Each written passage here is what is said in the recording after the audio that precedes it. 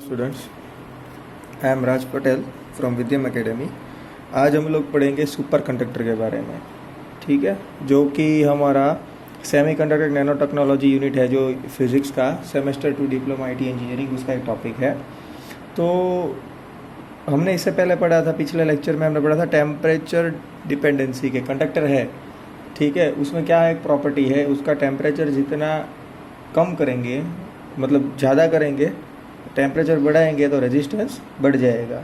Semiconductor का temperature बढ़ाएंगे तो उसका रेजिस्टेंस कम हो जाएगा, यानी कि उसका कंडक्टिविटी बढ़ जाएगा। और इंसुलेटर का तो कितना भी बढ़ाएंगे बढ़ेगा नहीं, जब तक उसका एटम डिस्ट्रॉय नहीं हो जाता, ठीक है, यानी कि उसका एटम ब्रेक नहीं हो जाता। तो यही टॉपिक या यही प्रॉपर्टीज़ को आगे लेके हम आज पढ़ेंगे सुपर कंडक्टर। तो कंडक्टर का हमने पिछला टॉपिक में क्या पढ़ा था कि कंडक्टर है कोई, जैसे कि मेटल, कोई भी मेटल, गोल्ड है, सिल्वर है, कॉपर है, आयरन है, लेड है। तो इसमें क्या रहेगा कि कोई भी है, उसमें क्या हम नॉर्मली क्या होता है, जैसे मेरा कोई एक कंडक्टर है और इसमें मैंने यहाँ पे वोल्टेज प्रोवाइड किया, ठीक है, और यहाँ पे मैंने स्विच, ठीक है, ये है कोई भी मेटल या फिर कंडक्टर, ठीक है। तो मेटल या कंडक्टर में मैंने क्या किया, इसमें सर्किट में करंट प्रोवाइड किया, तो यहाँ से करंट फ्लो होना शुरू हो जाएगा, इसमें से आ जाएगा। मेटल में क्या रहेगा, मेटल में क्या क्या आपका है, रेजिस्टिविटी R = ρl/A। L और A ये तो आपको पता है, लेंथ और A पे डिपेंड है। इसका रेजिस्टेंस किस पे डिपेंड होता है, रेजिस्टिविटी ऑफ दैट मटेरियल, ठीक है। और दूसरा क्या है, V = IR, ठीक है, मतलब वोल्टेज मैंने प्रोवाइड किया, करंट मेरा फ्लो हो रहा है I, क्या मैंने प्रोवाइड किया, वोल्टेज प्रोवाइड किया और मेरा करंट फ्लो हो रहा है I। तो इसमें क्या होगा, वोल्टेज प्रोवाइड किया, करंट फ्लो हो रहा है, करंट फ्लो अगर हो रहा है तो इसमें वोल्टेज प्रोवाइड करने के टाइम पे करंट फ्लो करेगा, ठीक है। और वो डिपेंडेंसी किस पे रहेगी, रेजिस्टेंस। यहाँ पे मैं मटेरियल बदलूँगा, वोल्टेज सेम ही रहेंगे। लेट से हम प्लस और माइनस 30 वोल्ट प्रोवाइड कर रहे हैं, ठीक है, प्लस और माइनस 30 वोल्ट। तो इसमें क्या रहेगा, करंट कितना होगा, वो डिपेंड ऑन ये मटेरियल है, सेम साइज़ का, सेम अलग अलग मटेरियल रहेगा, उसके हिसाब से उसका रेजिस्टेंस अलग अलग होगा, और रेजिस्टेंस अलग अलग हो उसके हिसाब से करंट अलग अलग फ्लो करेगा। तो V और I तो हम कांस्टेंट ही है, ये डिपेंड करता है कितना करंट फ्लो होगा वो रेजिस्टेंस पे। और कंडक्टर के लिए हमने क्या बोला, टेम्परेचर डिपेंडेंसी। टेम्परेचर डिपेंडेंसी क्या है कंडक्टर के लिए, अगर हम टेम्परेचर बढ़ाएंगे तो उसका रेजिस्टिविटी कम होगा या फिर उसका करंट उसका कम हो जाएगा, तो रेजिस्टिविटी बढ़ जाएगा। टेम्परेचर बढ़ेगा कंडक्टर में टेम्परेचर बढ़ेगा तो रेजिस्टिविटी बढ़ेगा, रेजिस्टिविटी बढ़ेगा तो कंडक्टिविटी कम हो जाएगा, कंडक्टिविटी कम हो जाएगा मतलब करंट कम हो जाएगा, R बढ़ जाएगा, ठीक है। वैसे ही अगर मैं टेम्परेचर डाउन करता हूँ तो रेजिस्टिविटी डाउन हो जाएगा, रेजिस्टिविटी डाउन हो जाएगा, यानी कि R डाउन हो गया और कंडक्टिविटी बढ़ गया, यानी कि कंडक्शन ज़्यादा होगा, करंट बढ़ेगा। क्योंकि किस पे डिपेंड है ये, टेम्परेचर पे। यानी कि मेरा कोई एक मेटल है, इसमें बहुत सारे एटम्स हैं और वो क्या कर रहे हैं, वाइब्रेट कर रहे हैं, ये एक दूसरे के साइड वाइब्रेट कर रहे हैं, ठीक है, वाइब्रेट कर रहे हैं। तो वाइब्रेट की वजह से क्या होगा, टेम्परेचर की वजह से वाइब्रेट कर रहे हैं। अगर मेरा टेम्परेचर मैं अगर डाउन करता हूँ तो इसका वाइब्रेशन कम हो जाएंगे, वाइब्रेशंस कम हो जाएंगे तो स्टेबिलिटी स्टेट बढ़ जाएगा, ठीक है, हीट प्रोड्यूस नहीं होगा, वाइब्रेशन कम हो जाएगी तो हीट प्रोड्यूस नहीं, मतलब उसको रिवर्स फार्मूला हम प्रोवाइड करते हैं। जितना वाइब्रेशन बढ़ेगा उतना हीट ज़्यादा प्रोड्यूस करेगा, जितना हीट प्रोड्यूस होगा उतना रेजिस्टेंस बढ़ेगा। लेकिन अगर रेजिस्टेंस कम चाहिए तो वाइब्रेशन कम होना चाहिए। वाइब्रेशन कम कब होगा, जब इसका टेम्परेचर कम होगा, तो हम टेम्परेचर इसको धीरे धीरे कम करते हैं। तो क्या देखा गया है कि कोई मटेरियल, हर एक मटेरियल में इसका टेम्परेचर धीरे धीरे डाउन करते जाएंगे ना, तो एक टाइम ऐसा आ जाएगा जब आपका V = IR में R = 0 हो जाएगा। क्या हो जाएगा, R = 0, यानी कि इनफाइनाइट करंट फ्लो होगा। फॉर एग्जांपल मेरा ये कंडक्टर है, इसमें मैंने एक वोल्टेज यहाँ पे प्लस और माइनस वोल्टेज लिया, ठीक है, और यहाँ पे मैंने एक स्विच रखा है। चलो स्विच, ठीक है। मैं स्विच को ऑन करता हूँ और यहाँ से करंट फ्लो होना शुरू हो जाएगा, करंट आई, ठीक है। और उसको कौन से वाले कोई एक टेम्परेचर पे आके इसका रेजिस्टेंस क्या होता है, ज़ीरो। मैंने क्या बोला, टेम्परेचर कम करते करते करते इतना ठंडा कर दिया हमने इसको कि इसका रेजिस्टेंस ही ज़ीरो हो गया। तो इसको क्या बोलते हैं, क्रिटिकल टेम्परेचर।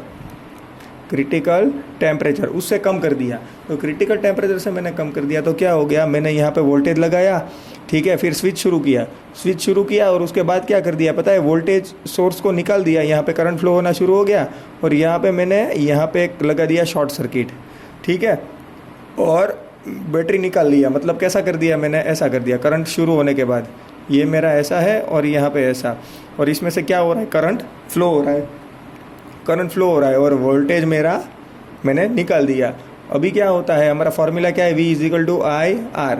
वोल्टेज मैंने ज़ीरो कर दिया है, फिर भी मेरा कंटिन्यूस करंट रहेगा। क्यों, क्योंकि ये किस में कन्वर्ट हो चुका है, सुपर कंडक्टर में। क्यों, क्योंकि इसका टेम्परेचर मैंने कहाँ पे कर दिया, ज़ीरो से नीचे कर दिया है। क्या है, ज़ीरो से क्रिटिकल टेम्परेचर से कम कर दिया। क्रिटिकल टेम्परेचर से कम कर दिया इसलिए रेजिस्टेंस ज़ीरो हो गया। यानी कि एक बार वोल्टेज देने पे जो करंट फ्लो होगा, ठीक है, जो करंट इंट्रोड्यूस होगा, उसके बाद हम ये बैटरी निकाल लेंगे ना और इसको डायरेक्ट वायर से कनेक्ट कर देंगे ना, तो भी इसमें आपका लॉस आएगा नहीं, रेजिस्टेंस ज़ीरो रहेगा, यानी करंट घूमता रहेगा।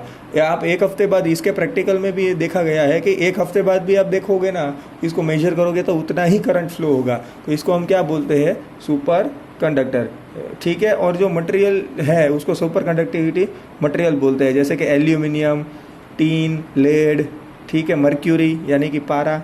ये हर एक चीज़ अलग अलग टेम्परेचर पे हमारा अलग अलग टेम्परेचर पे सुपर कंडक्टिविटी प्रोड्यूस करते हैं, ठीक है। तो ये हमारे थे एलिमेंट, जो बेसिक एलिमेंट, जैसे कि एल्यूमिनियम, पीबी यानी कि लेड, टीन, फिर है मर्क्यूरी, Hg। ये सब हमारे सुपर कंडक्टर मटेरियल है जो डिफरेंट टेम्परेचर पे आपका सुपर कंडक्टिविटी प्रोड्यूस करते हैं। और उसको आप देख सकते हो, आपकी बुक में दिया गया है। जैसे कि एल्यूमिनियम का है 1.2 केल्विन, डिग्री केल्विन है, डिग्री केल्विन 1.2 डिग्री केल्विन। फिर लेड का आप देख लो, पीबी का 7.18 केल्विन है, मर्क्यूरी का 4.22 है। तो ये अलग अलग टेम्परेचर पे सुपर कंडक्टिविटी प्रोड्यूस करेंगे, ठीक है। पर ये तो इतना 1.2 degree kelvin is practically impossible, ठीक है, क्योंकि उसको हम लैब में या लेबोरेटरी में ही टेस्ट कर सकते हैं, प्रैक्टिकल कंडीशन पॉसिबल नहीं है। तो कुछ अलग अलग मटेरियल्स को मिक्स करके हमने कंपाउंड मटेरियल बनाया जो सुपर कंडक्टर के जैसे ही वर्क करते हैं, जैसे कि Nb3SN, Nb3Ga। ये सुपर कंडक्टर मटेरियल है, compound super conductor material, compound super conductor यानी कि मिक्सिंग वाला सुपर कंडक्टर है, जिसका ये 1.2 है ना, वो बढ़ के 14, 18, ठीक है, 14 डिग्री 18 डिग्री के पास आ गया है। तो उसका टेम्परेचर इससे कंपैरेटिवली ज़्यादा रहेगा, ठीक है। ये ज़्यादा ठंडा है, ये कम ठंडा है, तो उतना हमें ठंडा करने की ज़रूरत पड़ेगी नहीं, ठीक है। तो ये था हमारा सुपर कंडक्टर का फंडा, ठीक है। सुपर कंडक्टिंग मटेरियल क्या होता है या सुपर कंडक्टिविटी कैसे होता है वो मैंने देख लिया। सुपर कंडक्टर क्या है, ठीक है, वो भी हमने देख लिया। जो जीरो रेजिस्टेंस, इसका रेजिस्टेंस क्या रहेगा, सुपर कंडक्टर किसको बोलेंगे, जिसका resistance is equal to zero. और जो टेम्परेचर पे, ठीक है, जो टेम्परेचर के बाद, ठीक है, हम टेम्परेचर डाउन कर रहे 50 डिग्री केल्विन से 40 डिग्री केल्विन किया, यानी कि और ठंडा किया। जो टेम्परेचर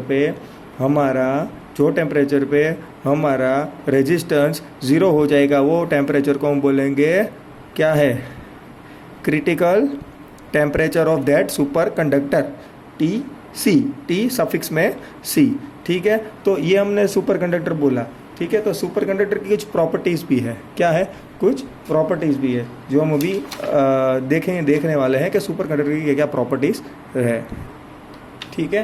तो प्रॉपर्टीज़ ऑफ सुपर कंडक्टर हमारी बेसिक 7 प्रॉपर्टीज़ हैं। Conductivity property, magnetic property frequency है, एंट्रोपी है, आइसोट्रोपिक है, thermal and thermo electric effect. ये अलग अलग पैरामीटर्स है जो सुपर कंडक्टर पे अलग अलग इफेक्ट करते हैं। ठीक है, सबसे पहले एक दो चीज़ देख लेंगे, मैग्नेटिक हम बाद में देखेंगे क्योंकि ये एक आगे वाले टॉपिक है जो टाइप 1 टाइप 2 सुपर कंडक्टर उसके ऊपर डिपेंडेंट है मैग्नेटिक प्रॉपर्टीज़। ठीक है, तो कंडक्टिव प्रॉपर्टीज़ में क्या होता है? कंडक्टिव प्रॉपर्टीज़ में आपको पता है कि करंट, मैंने जैसे बताया कि हमारा कंडक्टिव प्रॉपर्टीज़ में मैंने यहाँ पे रजिस्टर लगाया है, ये मटेरियल लगाया है और इसमें ज़ीरो रेजिस्टेंस फॉलो करेगा। उसको हम क्या बोलते हैं, जो टेम्परेचर पे इसको करेंगे, ठीक है, ज़ीरो एटेन्यूएशन हो जाएगा, लॉस कम हो जाएगा। और इसको मैंने क्या बोला, एक दिन, एक घंटा, एक दिन, एक वीक, एक साल तक भी ये करंट कंटिन्यूस फ्लो करेगा, बैटरी नहीं डालेंगे तो भी। क्यों? क्योंकि ये सुपर कंडक्टर है, इसमें कोई रेजिस्टेंस है नहीं। ठीक है, सेकंड वाला मैग्नेटिक है। चलो मैग्नेटिक भी देख लेते हैं। मैग्नेटिक प्रॉपर्टी मतलब क्या है? मेरा कोई एक ये कंडक्टिंग मटेरियल है। कंडक्टिंग मटेरियल मतलब कि कोई भी मटेरियल है जो जिसमें से इलेक्ट्रिसिटी फ्लो होगी। अगर इलेक्ट्रिसिटी फ्लो होगी तो उसमें थोड़ा ना थोड़ा तो मैग्नेटिक फील्ड अफेक्ट करेगा। लेकिन अगर मैं कोई मैग्नेटिक फील्ड है, मेरा कोई मैग्नेटिक फील्ड है, इलेक्ट्रोमैग्नेटिक फील्ड, चुंबकीय क्षेत्र है, उसमें मैं मेटल को डालूंगा तो ये मैग्नेटिक फील्ड है ना, उसके आर पार निकल जाएगा नॉर्मल मटेरियल में, यानी कि नॉर्मल कंडक्टर में। लेकिन अगर सुपर कंडक्टर होगा तो क्या होगा पता है आपको? ये ऐसे मुड़ जाएगा। ये जो मैग्नेटिक फील्ड है, एक्सटर्नल मैग्नेटिक फील्ड जो हम अप्लाई कर रहे हैं, वो क्या हो जाएगा? बाहर निकल जाएगा। इसमें से मैग्नेटिक फील्ड पास होने नहीं देगा। तो ये है मैग्नेटिक प्रॉपर्टी के एक्सटर्नल मैग्नेटिक फील्ड, यानी कि बाहरी हम एक्सटर्नल चुंबकीय क्षेत्र लगाते हैं। तो ये सुपर कंडक्टर अगर ये रहेगा तो उसमें से उसको क्रॉस नहीं होने का, वो डाइवर्ज कर देगा, उसमें से अंदर से वो क्रॉस होगा नहीं, मैग्नेटिक फील्ड पास नहीं होगा। किसमें से? सुपर कंडक्टर में से। ठीक है, तो उसका फॉर्मूला भी यहाँ पे दिया हुआ है। बी क्या है आपका? ठीक है, मैग्नेटिक फ्लक्स है μ0H+m। लेकिन मैग्नेटिक फ्लक्स क्या है? ये अंदर फ्लक्स क्या है? मैग्नेटिक कंटेंट कितना है इसके अंदर? तो सुपर कंडक्टिंग मटेरियल में क्या है? B = μ0H+m। लेकिन म्यू तो हमें पता है, म्यू का वैल्यू 4 पाई इंटू 10⁻⁷। ठीक है, और H क्या है? H = m मैग्नेटिक है और H हमारा मैग्नेटिज्म है और H मैग्नेटिक फील्ड है। और B क्या है? B है हमारा मैग्नेटिक फ्लक्स। मैग्नेटिक फ्लक्स किसके अंदर का? इसके अंदर का। लेकिन इसमें तो सुपर कंडक्टर ये पास ही नहीं होने देता, यानी कि यहाँ पे मैग्नेटिक फील्ड की वजह से अंदर फ्लक्स प्रोड्यूस नहीं होगा। तो ये ज़ीरो हो जाएगा। इसको यहाँ पे डाल देके ज़ीरो हो जाएगा। तो क्या हो जाएगा? m = -h। ठीक है, और ससेप्टिबिलिटी का एक फार्मूला है, ससेप्टिबिलिटी λm = m/h। लेकिन m/h यहाँ पे किसी का भी वैल्यू m = -h डालेंगे तो -h/h = -1। तो आपको एक ये चीज़ याद रखनी है कि ये फार्मूला और एक ये फार्मूला जो हम याद कर सकते हैं, ये मैग्नेटिक प्रॉपर्टी है। ठीक है, अभी मैग्नेटिक फील्ड है, हमने बाहर छोटा सा मैग्नेटिक फील्ड प्रोवाइड किया था। क्या है? एकदम छोटा सा मैग्नेटिक फील्ड प्रोवाइड किया था सुपर कंडक्टर टेम्परेचर में। तो क्या हो रहा था? ये बाहर चला गया। लेकिन अगर मैं मैग्नेटिक फील्ड की इंटेंसिटी, यानी कि बाहरी चुंबकीय क्षेत्र, उसका पावर बढ़ा दूंगा, मैग्नेटिक फील्ड बढ़ा दूंगा, धीरे धीरे ये बढ़ता जाएगा। तो एक कंडीशन ऐसी आ जाएगी कि ये मेरा सुपर कंडक्टर है, उसमें से मैग्नेटिक फील्ड पास होने लगेगा। याद रखिए, कोई एक इतना ज़्यादा पावरफुल मैं यहाँ पे मैग्नेटिक फील्ड डालूंगा ना कि ये इसको ऐसे डाइवर्ज कर रहा था ना, वो नहीं कर पाएगा और उसके अंदर से मैग्नेटिक फ्लक्स को पास होने देगा। तो ये जो मैग्नेटिक फील्ड पे हमारा, ठीक है, ये कंडीशन फुलफिल होता है। ठीक है, इसको हम क्या बोलते हैं? इसको हम क्या बोलेंगे? Critical magnetic field. ठीक है, जैसे कि मेरा टेम्परेचर T है, ठीक है, मतलब ये अलग अलग डिपेंडेंसी है कि आपका सुपर कंडक्टर है, सुपर कंडक्टर कौन से टेम्परेचर पे बनता है, TC थ्रेशोल्ड पे, ठीक है, उससे कम वाले टेम्परेचर में, लेट से मेरा कोई सुपर कंडक्टर है वो 18 केल्विन पे है, ठीक है, तो 16 केल्विन पे भी अलग वैल्यू रहेगी, 12 केल्विन पे अलग रहेगी, अलग अलग डिपेंडेंसी है। तो उसके लिए फॉर्मूला है HC of T is equal to H0 1 minus T/TC square, यानी कि यहाँ पे HC क्या है, जो मैग्नेटिक एक्सटर्नल मैग्नेटिक फील्ड है, इस ये वैल्यू पे मेरा सुपर कंडक्टर है, वो super conductivity material, super conductor material है, वो सुपर कंडक्टिविटी का प्रॉपर्टीज़ खो के नॉर्मल कंडक्टर जैसा बिहेव करने लगेगा, उसमें से सुपर कंडक्टिविटी की प्रॉपर्टीज़ निकल जाएगी और वो नॉर्मल कंडक्टर के जैसे बिहेव करेगा। तो HC into T, HC of T, ये T क्या है, यानी कि T degree temperature, super TC हमारा क्या है, थ्रेशोल्ड है, इसके नीचे का कोई भी वैल्यू, जैसे कि 18 डिग्री है, 12 डिग्री है फॉर एग्जांपल, ठीक है, तो TC के नीचे के कोई भी टेम्परेचर के लिए 12, 11, 10 ऐसा नहीं है फिक्स, ये मैंने एग्जांपल लिया है, ठीक है। जैसे लेड के लिए, लेड यानी कि PB के लिए 7.18 है, तो 7.18 के नीचे 5.1 है, 2 है, 1 है, तो उतने केल्विन के लिए हर एक फार्मूला अलग अलग रहेगी। TC मतलब जो भी मटेरियल है उसका क्रिटिकल टेम्परेचर, जैसे कि PB का रहेगा कि मुझे देखना है कि मैग्नेटिक फील्ड अगर मेरा सुपर कंडक्टर 3 डिग्री केल्विन में है, याद रखिए 3 डिग्री केल्विन में है, और मेरा मटेरियल है PB यानी कि लेड, तो उसके लिए मैग्नेटिक फील्ड कितना ज़रूरी होगा उसको सुपर कंडक्टर में से नॉर्मल कंडक्टर में कन्वर्ट करने के लिए। तो उसके लिए क्या रहेगा, लेड का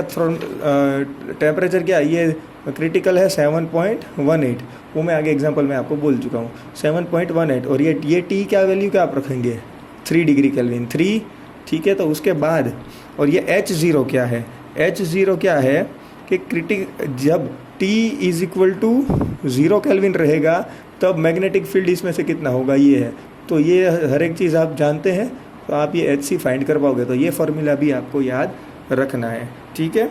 अभी हम आ जाते हैं नेक्स्ट पे, फ्रीक्वेंसी का जो इफ़ेक्ट होता है वो, या फिर फ्रीक्वेंसी की कैसे प्रॉपर्टी है सुपर कंडक्टर की। फ्रीक्वेंसी एक हमारा फ्रीक्वेंसी 0 होता है और एक हाई, ठीक है, 0 या फिर लो फ्रीक्वेंसी, ठीक है, 0 फ्रीक्वेंसी या लो फ्रीक्वेंसी। 0 फ्रीक्वेंसी मान्य मतलब DC करंट या लो फ्रीक्वेंसी करंट के लिए इसमें कोई सुपर कंडक्टिविटी आपका मटेरियल है, जैसे मैं यहाँ पे वोल्टेज प्रोवाइड कर रहा हूँ, कंटिन्यूस DC वोल्टेज प्रोवाइड कर रहा हूँ, मैंने देखा था ना, उसके लिए, या फिर लो फ्रीक्वेंसी के लिए ये सुपर कंडक्टिविटी का कोई प्रॉपर्टीज चेंज नहीं होगा। लेकिन हाई फ्रीक्वेंसी के लिए सुपर कंडक्टर, ठीक है, क्या होगा, it will not work as a super conductor, ठीक है।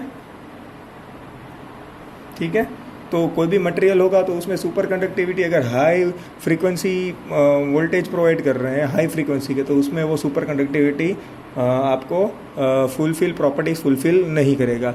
लोअर DC के लिए ठीक है, हाई के लिए सुपर कंडक्टिविटी नहीं हो पाएगी। अब आया एंट्रोपी। एंट्रोपी मतलब मेरा कोई डिवाइस है, उसमें जैसे मैं करंट फ्लो कर रहा हूँ और जो हीट प्रोड्यूस होगा वहाँ से मैकेनिकल एनर्जी में, जो हीट की वजह से जो हीटिंग एनर्जी में से मैकेनिकल एनर्जी में जो भी चीज़ कन्वर्ट होगी हीट एनर्जी में से मैकेनिकल एनर्जी में, उसको हम एंट्रोपी इफेक्ट बोलते हैं, ठीक है। तो इसमें क्या होगा, आपको पता है हीट की वजह से मैकेनिकल एनर्जी में कुछ भी कन्वर्ट होगा तो उसको हम क्या बोलेंगे, एंट्रोपी। लेकिन हमारा सुपर कंडक्टिविटी का क्या है फंडा, कि टेम्परेचर कम करना है, तो ऑब्वियसली हमारा एंट्रोपी कम होगा, ठीक है, क्योंकि हीट कम होगी तो हीट की वजह से मैकेनिकल एनर्जी प्रोड्यूस हो रही है वो भी कम होगी, तो ठीक है, इसमें एंट्रोपी हमारा क्या हो जाएगा, कम हो जाएगा। एंट्रोपी हमारा सुपर कंडक्टिविटी फेज में कम हो जाएगा। अभी है आइसोट्रोपिक इफेक्ट। आइसोट्रोपिक मतलब क्या है, मेरा कोई भी मटेरियल है, ठीक है, उसमें टेम्परेचर की वजह से क्या होगा, कोई यहाँ पे ज़्यादा मूव कर रहा है, कम हो रहा है, इसका सिस्टमेटिक नहीं रहेगा, ठीक है। पूरा अंदर का जो हमारा एटम का जो भी स्ट्रक्चर है वो सिस्टमेटिक मेटल का या फिर सुपर कंडक्टर का जो स्ट्रक्चर है वो स्टेबल नहीं होगा। यहाँ पे ज़्यादा गीच होगा, यहाँ पे कम होगा, तो ठीक है, रेयर होगा, डेंस होगा, ऐसा रहेगा। लेकिन जब हम सुपर कंडक्टर मतलब उसको कोल्ड करते हैं तो धीरे धीरे धीरे इसका वाइब्रेशन क्या हो जाएगा, कम हो जाएगा, हीट कम हो जाएगा, तो इसका क्या स्टेबिलिटी बढ़ जाएगी। तो इसके रिगार्डिंग ही बोला गया है आइसोट्रॉपिक इफेक्ट। और उसमें डाला हुआ है फॉर्मूला आइसोट्रॉपिक के लिए, क्रिटिकल टेम्परेचर है m⁻⁻²। Critical temperature inversely proportional to √m, या इसको ऐसा भी लिख सकते हैं TC प्रोपोर्शनल टू 1/√m। तो ये क्या है, m क्या है, m है isotropic mass of the material, m is equal to isotropic mass of material. तो इसके लिए रिगार्डिंग भी कोई अगर एग्जांपल 1-2 मार्क में पूछ ले तो आप देख सकते हो। ठीक है, इसके बाद आया हमारा थर्मल कंडक्टिविटी।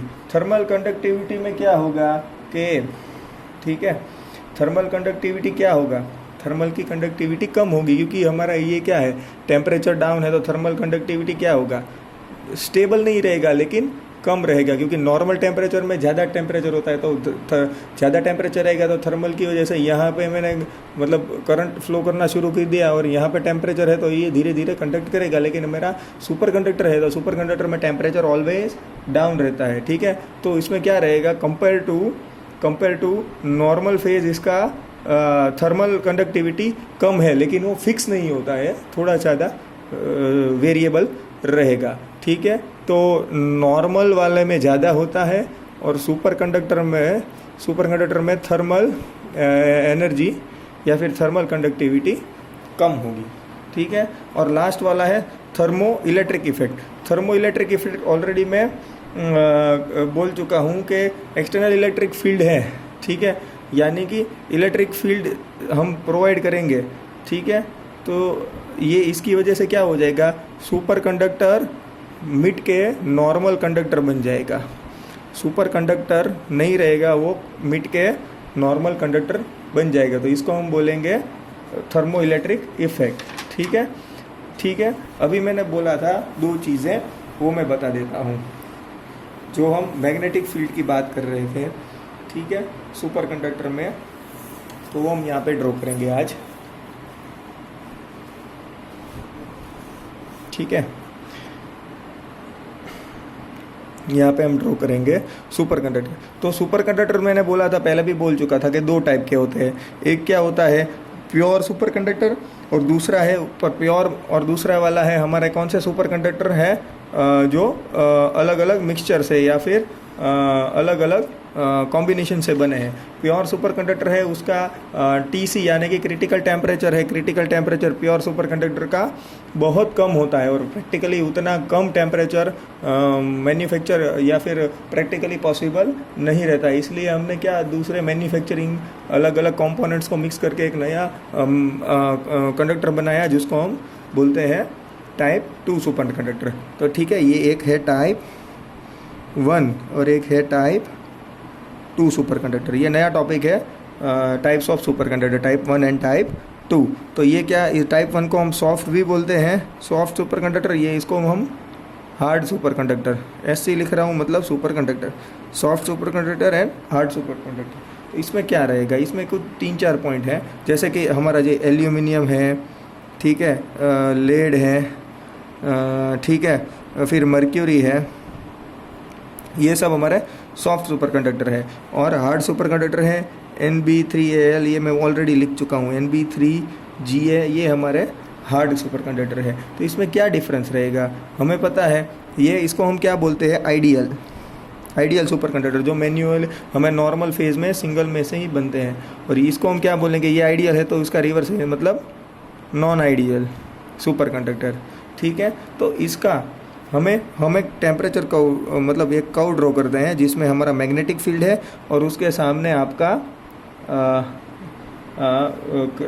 मैग्नेटिक फील्ड है और कंडक्टिंग ये होगा।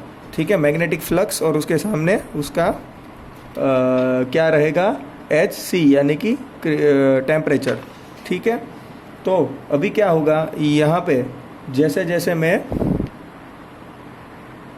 ठीक है, तो ये है हमारा मैग्नेटाइजेशन और ये है हमारा मैग्नेटिक फील्ड। ठीक है, तो ये क्या होगा, जैसे जैसे ये नॉर्मल वाले में क्या है, मैं ये इसमें मैग्नेटिक फील्ड का ये मैंने एग्जांपल दिया था ना, कम वाला मैग्नेटिक फील्ड है, फिर धीरे धीरे धीरे धीरे हम बढ़ा रहे हैं, तो धीरे धीरे धीरे धीरे हम बढ़ाएंगे ना, तो ऐसा ग्राफ जाएगा मैग्नेटाइजेशन वर्सेस मैग्नेटिक फील्ड का। और एक ऐसा लोकेशन आएगा जहाँ पे HC, ठीक है, ये हमारा क्रिटिकल है। इसके बाद ये सुपर कंडक्टिविटी खो देगा, यानी कि ये कंडक्टर की तरीके से ही वर्क करेगा। ये इतना HC के बाद अगर मैग्नेटाइजेशन हम बढ़ाएंगे, यहाँ से आगे मैग्नेटाइजेशन बढ़ाएंगे, तो ये पूरा का पूरा मैग्नेटाइजेशन वैल्यूज़ के लिए, यानी कि मैग्नेटिक फील्ड इंटेंसिटी इतना इससे ज़्यादा बढ़ाएंगे, तो ये हमारा डिवाइस किसके तरीके कैसे काम करेगा, कंडक्टर के तरीके, सुपर कंडक्टर के जैसे काम नहीं करेगा। यानी कि जैसे फॉर एग्जांपल एल्यूमिनियम लिया है और वो जो नॉर्मल टेम्परेचर में काम करेगा, वैसा ही अगर मैं उसको एल्यूमिनियम का, जैसे हमारा टेम्परेचर है -7 डिग्री, ठीक है, तो -7 डिग्री केल्विन है और -7 डिग्री केल्विन में डाल के मैं मैग्नेटिक फ्लक्स बढ़ाऊंगा, तो ये क्या करेगा, इसमें अंदर मैग्नेटिक फील्ड को प्रोड्यूस अंदर ऐड नहीं होने देगा। कहाँ तक, यहाँ तक। उसके बाद क्या कर देगा, ये इंटेंसिटी 0 हो जाएगी, ठीक है। वैसे ही जो हार्ड है उसमें आपका ग्राफ रहेगा, यहाँ तक बढ़ेगा, अप टू सर्टेन लिमिट ये बढ़ेगा, तो इसको हम बोलेंगे HC1। और आप धीरे धीरे धीरे धीरे धीरे वो कम होना शुरू हो जाएगा और उसको बोलेंगे HC2। यानी कि आप देखिए, जैसे जैसे मैंने यहाँ पे जैसे मैग्नेटिज्म बढ़ाया, ठीक है, मैग्नेटिज्म जैसे बढ़ाया, तो धीरे धीरे उसका वैल्यू HC का बढ़ा और सर्टेनली आके वो 0 हो गया। और उसके बाद ये क्या करेगा, इसको अंदर से सुपर कंडक्टर के नॉर्मल कंडक्टर के जैसे ही फील करेगा। इसका ये ओपोज करने वाला फॉर्मूला या फिर ओपोज करने का पावर 0 हो जाएगा और मैग्नेटिक फील्ड को अंदर से प्रोड्यूस करने, मतलब उसको अंदर से फ्लक्स को, उसको अंदर का फ्लक्स इसको पास होने देगा।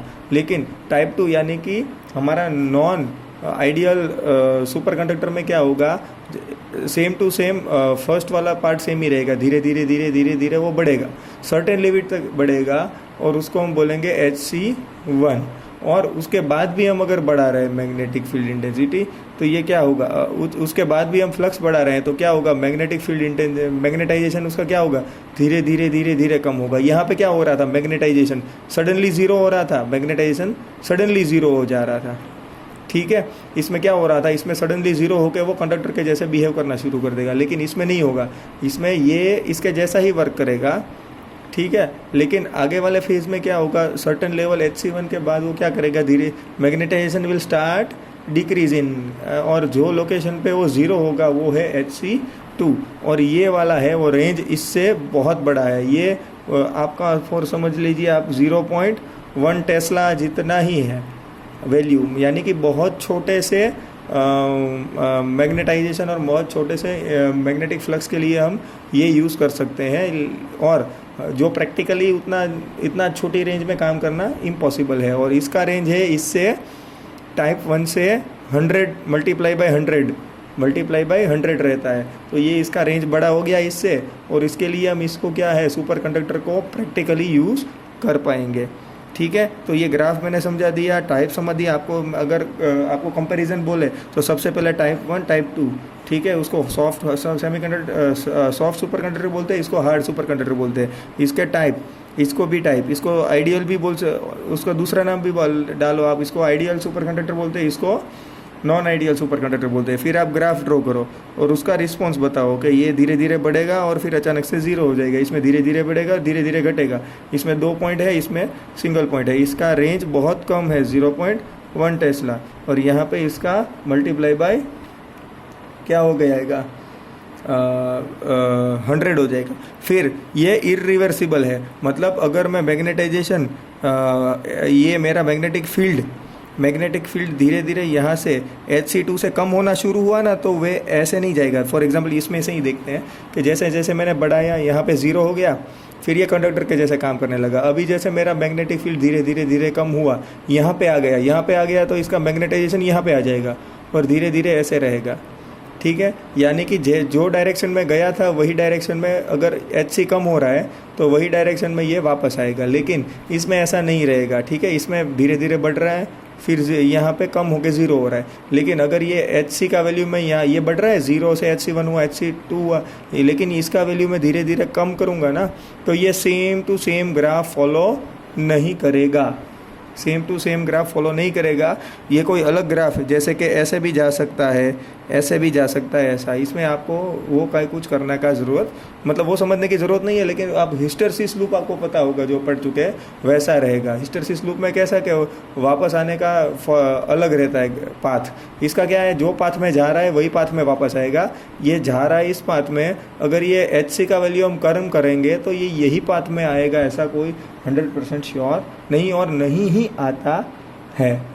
ठीक है, और ये high field super conductor high electric field के लिए ये यूज़ नहीं हो सकता, इसमें हाई फील्ड के लिए यूज़ करने के लिए ही बोला है, क्योंकि मैंने बोला था ये 0.1 टेस्ला का ही है, तो उसमें ज़्यादा हम यूज़ नहीं कर सकते, और इसको हम कर सकते हैं। ठीक है, अब कुछ एप्लीकेशंस देख लेते हैं, लास्ट वाला टॉपिक इसका सुपर कंडक्टर का। एप्लीकेशंस कहाँ पे होता है, मैंने बोला ये क्या है, हाई फील्ड सुपर मैग्नेट्स में। ठीक है, तो मैग्नेट्स का यूज़ कहाँ कहाँ पे होता है, ठीक है, तो वो हम देख लेंगे। सबसे पहले तो हमें सुपर कंडक्टर कहाँ पे चाहिए, जहाँ पे हमें ट्रांसमिशन लॉस कम से कम चाहिए। ठीक है, तो यहाँ पे हम पहला वाला एप्लीकेशन का कौन सा है, वायर्स एंड केबल्स, जहाँ पे मुझे कोई डिवाइस को पावर सप्लाई चाहिए, और ये ट्रांसमिशन वायर है, हमारा वायर है जो पावर सप्लाई से लेके मटेरियल तक या फिर कोई भी डिवाइस तक करंट ट्रांसफ़र करता है या वोल्टेज ट्रांसफ़र करता है, तो उसके बीच में इसमें से करंट फ्लो होगा, तो ये मटेरियल में हम सुपर कंडक्टर यूज़ करेंगे, क्योंकि कम से कम पावर लॉस हो। ठीक है, मैग्नेट, ये मैग्नेटाइजेशन के रिगार्डिंग मैग्नेटिक के लिए भी है, तो हमारा जो जनरेटर है वो सब मैग्नेट जनरेट करने के लिए फिर जनरेटर में है। ठीक है, बायोमेडिकल इक्विपमेंट है उसमें यूज़ हो जाएंगे। ठीक है, तो ये second is your biomedical equipment में है, फिर मैग्नेटिक मशीन में है, रोटेटिंग यानी कि हमारा डायनेमो बनाने में, उसमें भी हम यहाँ पे सुपर कंडक्टर यूज़ करते हैं, यानी कि कौन सा वाला, टाइप 2। हाँ, ये तो बहुत कम यूजेबल रहेगा। ठीक है, फिर मैग्लेव ट्रेन आपने देखा होगा, चाइना जापान के पास है मैग्लेव ट्रेन यानी कि वो पटरी से, ये मेरा ट्रेन है, वो ये मेरी पटरी है, और उससे कुछ इंच ऊपर रह के चलती है, मतलब फ्रिक्शन कम से कम होगा। तो यहाँ पे क्या, फिर अगेन ये क्या चीज़ आएगी, इसको क्या होता है, अट्रैक्शन नहीं, क्या होता है, आकर्षण नहीं अपाकर्षण होता है, मतलब क्या है, रिपल्शन होता है। तो रिपल्शन की वजह से ये गैप रहेगा, और उसकी वजह से यहाँ पे फ्रिक्शन नहीं आएगा। तो ये हाई मैग्नेटिक फील्ड, मैंने बोला हाई मैग्नेटिक फील्ड में यूज़ करना है, तो ये कहाँ पे यूज़ हो जाएगा, हम मैग्लेव ट्रेन में भी यूज़ कर सकते हैं इसको। ठीक है, फिर एक है हमारा टॉपिक मिशनर इफेक्ट।